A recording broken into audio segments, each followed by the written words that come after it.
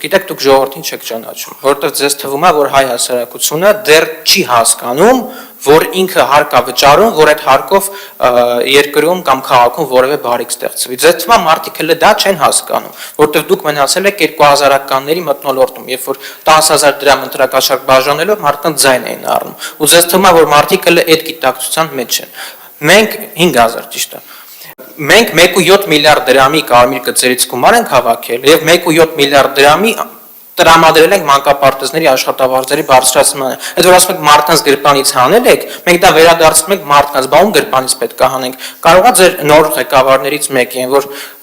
մեծահարուստ է, կարողա իր գրպանից պետք է հանել։ Գնացեք ասեք, որովհետեւ մենք այնքան Քոչարյանը ասեցինք, ձեր մարդիկ հասկացան, որ դուք Քոչարյանի հետ եք, Քոչարյանը ասեց Ծառուկյան ջան, մի բան արա, էլի չեմ ուզում իրանք իմ հետ լինեն, մի քիչ զբաղվի միջև ընտրությունները, տենամ ինչ կլինի, տենամ ինչ ա լինելու, մի քիչ զբաղացրուցերի միջև ընտրությունները անցնի, տենամ ինչ ենք անելու, դրա համար արդեն մի մասը մի տեղ է, մի մասն էլ չգիտեմ որտեղ է։ Թափառական խմբի հետ կապված է թափառական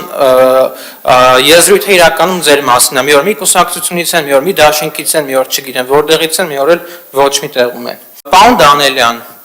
մանկապարտեզներից որ խոսում եք ու ասում եք